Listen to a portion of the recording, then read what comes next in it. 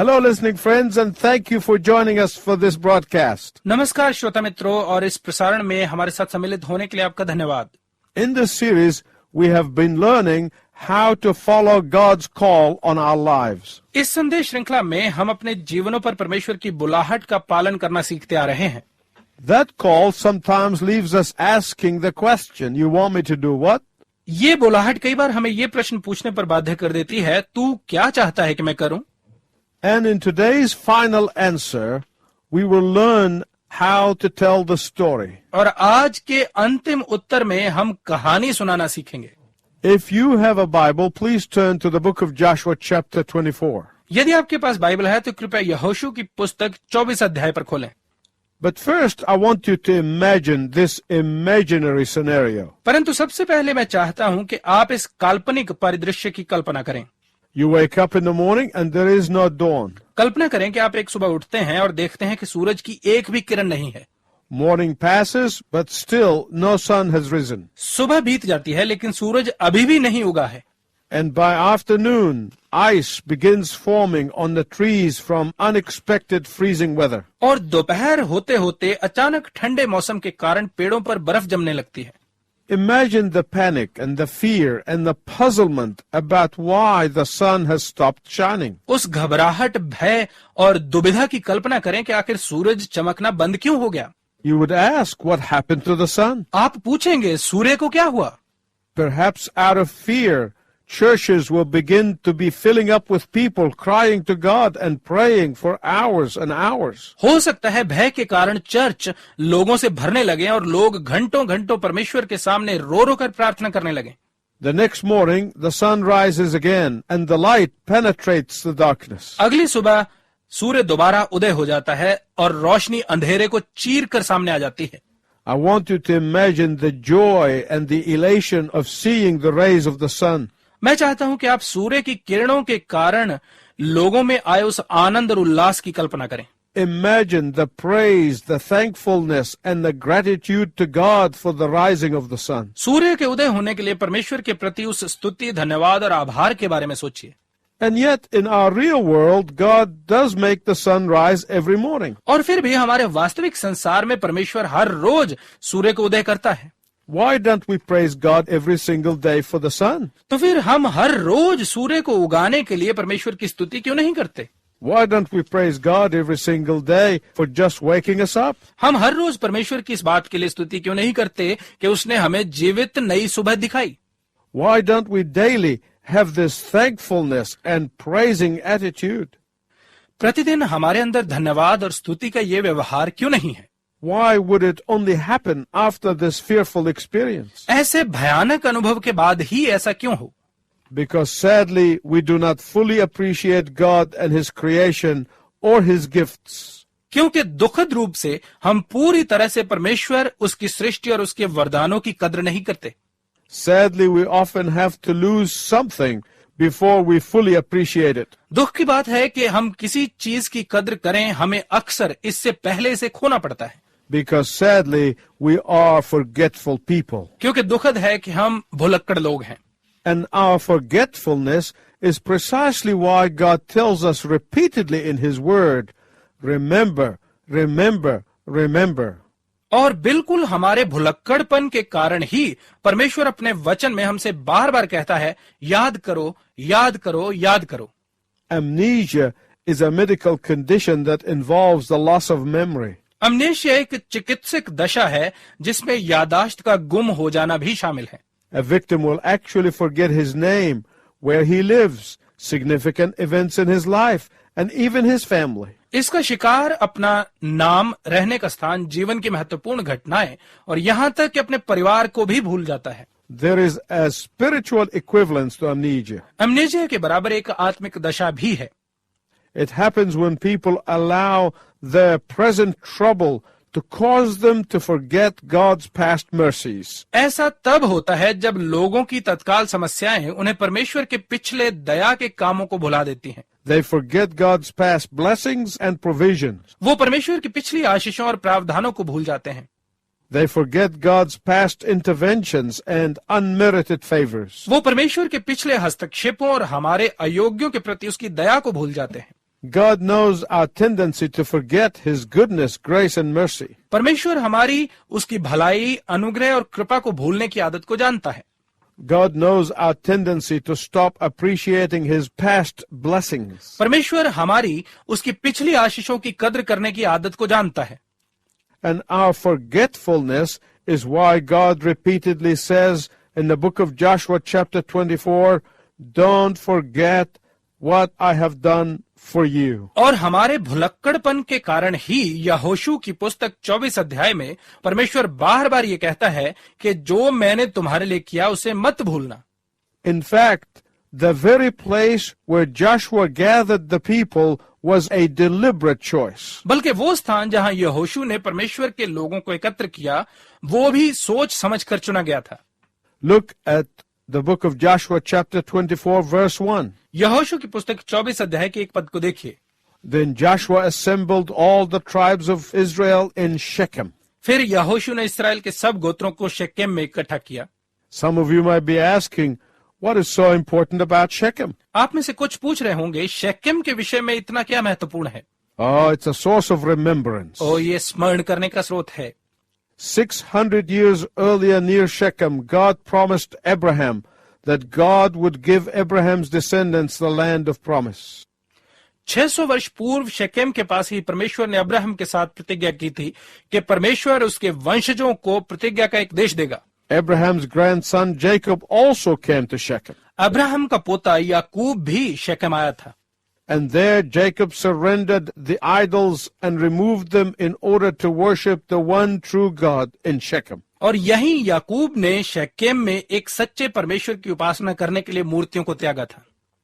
And so 600 years after Abraham, Joshua builds another altar at Shechem to praise God for his faithfulness. तो Abraham के 600 वर्ष बाद यहोशू परमेश्वर की विश्वास योग्यता के लिए उसकी स्तुति करने के लिए शेकेम में एक वेदी बनाता है। And also to challenge his people to make response to God's blessing. और परमेश्वर के लोगों को चुनौती देने के लिए भी कि वे परमेश्वर की आशीष का प्रत्युत्तर दें।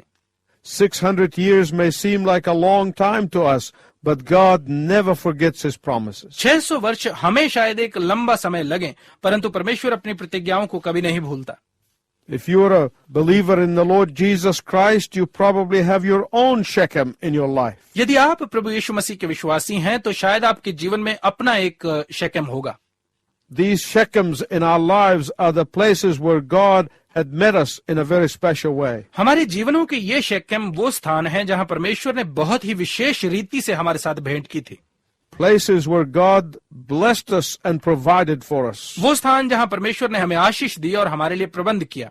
Places where God fulfilled his promises to us and answered our prayers. वो स्थान जहां परमेश्वर ने हमारे साथ की गई अपनी प्रतिज्ञाओं को पूरा किया और हमारी प्रार्थनाओं के उत्तर दिए।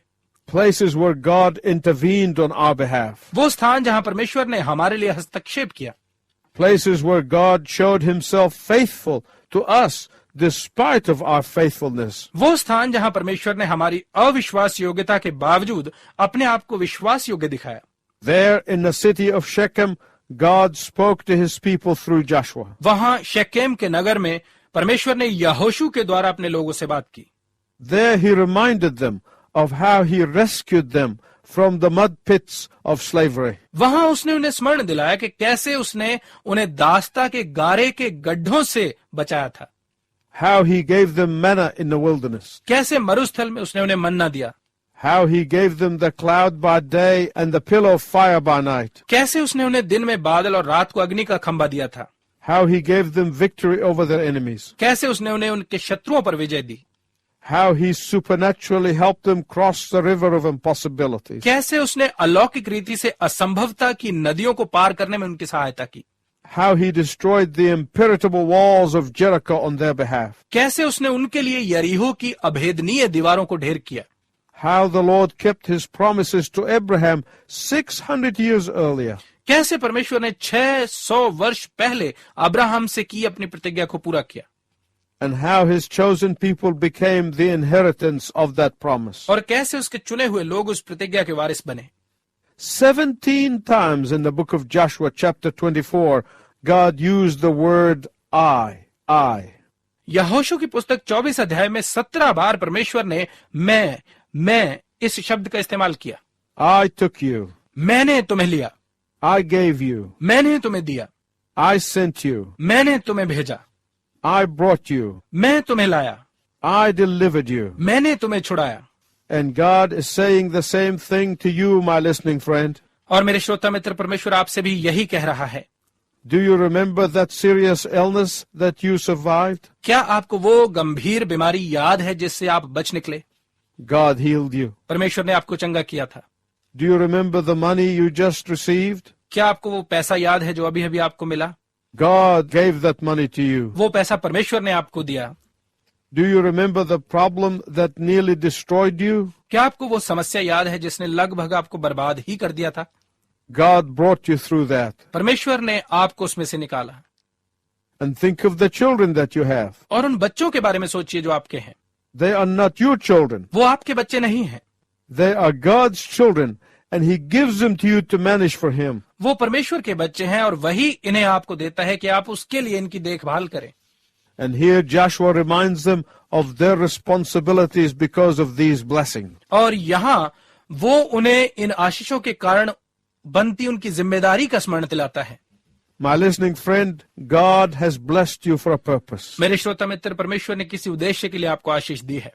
And you must discover how God wants you to use these blessings to bless other people. और आपको ये खोजना आवश्यक है कि परमेश्वर कैसे चाहता है कि आप दूसरों को आशीष देने के लिए इन आशीषों का इस्तेमाल करें। It is not enough for you to review your blessings and say, "Thank you, God, you blessed me so much." आपके लिए अपनी आशीषों की समीक्षा करके इतना ही कह देना काफी नहीं है, परमेश्वर आपका धन्यवाद है, आपने मुझे इतनी आशीष दी है।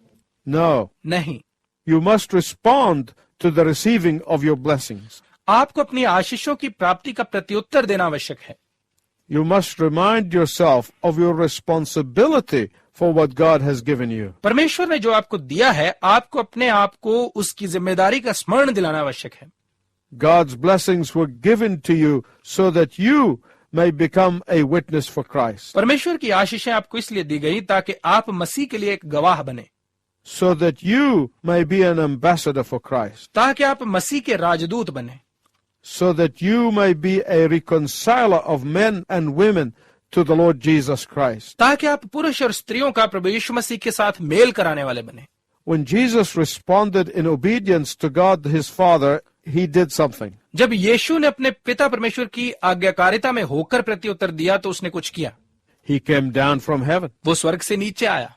And Jesus said in the book of Luke chapter 15 और लूका रचित सुसमाचार 15 अध्याय में यीशु ने कहा that when the shepherd discovered one of his sheep were missing, he did something. कि जब चरवाहे ने देखा कि उसकी भेड़ों में से एक गुम है तो उसने कुछ किया। The shepherd went out and looked for the lost sheep until he found it. वो चरवाहा गया और तब तक उस खोई हुई भेड़ की तलाश की जब तक वो उसे मिल न गई। And then he put the sheep on his shoulders and brought it back. और फिर वो भेड़ को अपने कंधों पर रखकर वापस लाया। When the woman in the Bible lost her coin, she did something. जब बाइबल में उस औरत का सिक्का गुम हुआ तो उसने कुछ किया।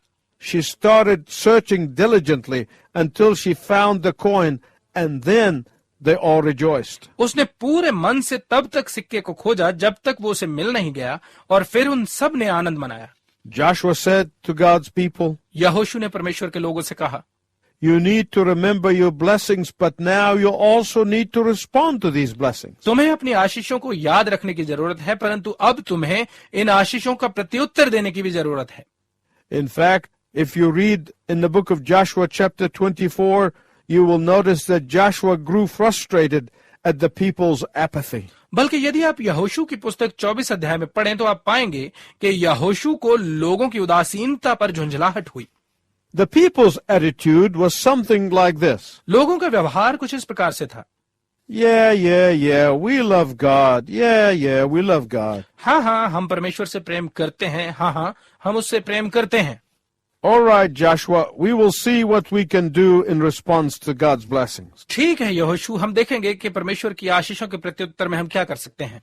But Joshua became exasperated at their insipid, lukewarm response, and he said in verse 15, "Choose for yourself this day whom you shall worship, If you're going to worship the false gods of your fathers, go ahead. लेकिन यहोशू उनके नीरस और गुनगुने प्रत्युत्तर पर भड़क गया और 15 पद में उसने कहा, आज चुन लो कि तुम किसकी उपासना करोगे। यदि तुम्हें अपने बाप दादाओं के झूठे ईश्वरों की उपासना करनी है तो जाओ ऐसा ही करो। These are the words of an exasperated man. ये एक झुंझलाए हुए व्यक्ति के शब्द हैं। And so he goes on to say, और फिर वो कहता है, but as for me and my household, we know what decision we are making. We are going to worship the one true God. परंतु मैं और मेरा घराना हम जानते हैं कि हमारा निर्णय क्या है। हम तो उसी एकमात्र सच्चे परमेश्वर की उपासना करेंगे।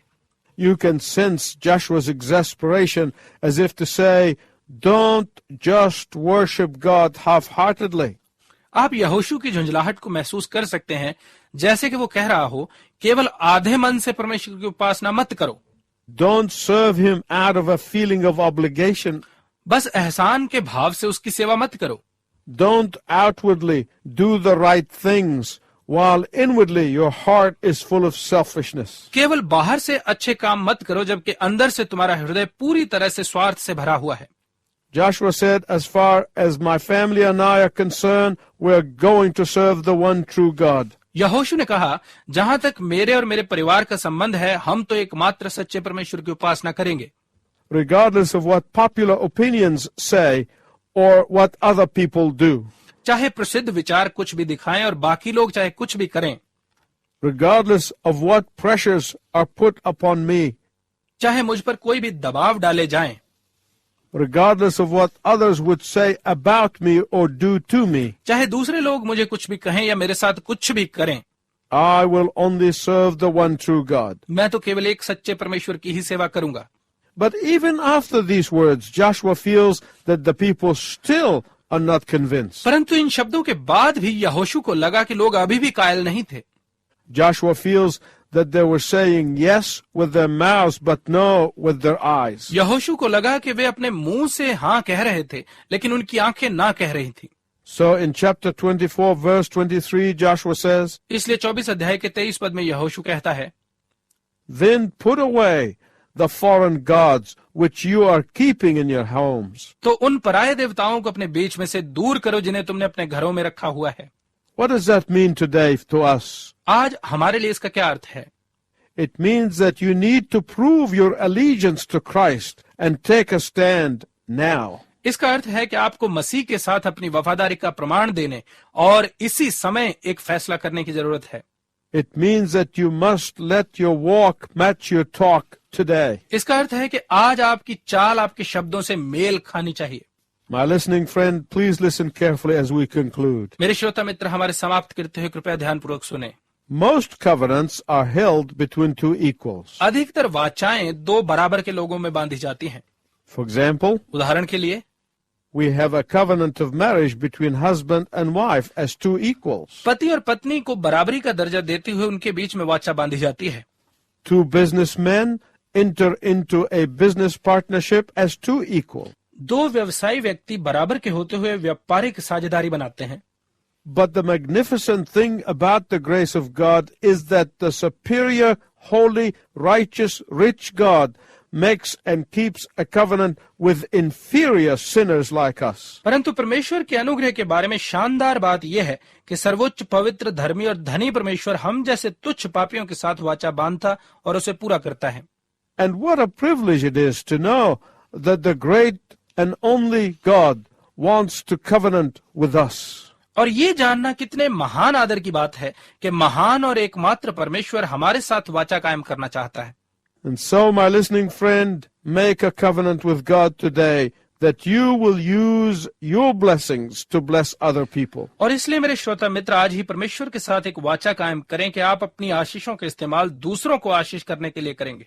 Say to God today, God, you saved me. Now I want to help save somebody else. आज ही परमेश्वर से कहें, परमेश्वर तूने मुझे बचाया है, अब मैं किसी दूसरे की बचने में सहायता करना चाहता हूँ। God, you blessed me. Now I want to be a blessing to others. परमेश्वर तूने मुझे आशीष दी, अब मैं दूसरों के लिए एक आशीष बनना चाहता हूँ। God, you provided for me. Now I want to provide for others to hear the gospel and come to believe in you. परमेश्वर तूने मेरी जरूरतें पूरी की, अब मैं दूसरों के लिए प्रबंध करना चाहता हूं कि वो सुसमाचार सुनने और आप में विश्वास करें। Do you know, my listening friend, what honors the covenant making and covenant keeping God? मेरे श्रोता मित्र, क्या आप जानते हैं कि वाचा कायम करने वाले और वाचा पूरी करने वाले परमेश्वर को कौन सी बात आदर देती है? Your willingness to trust Him. उस पर भरोसा करने के लिए आपकी इच्छा, Trust in His grace, उसके अनुग्रह पर भरोसा करना, in His provision, उसके प्रावधानों में भरोसा and in His promises. और उसकी प्रतिज्ञाओं में भरोसा। Until next time, I wish you God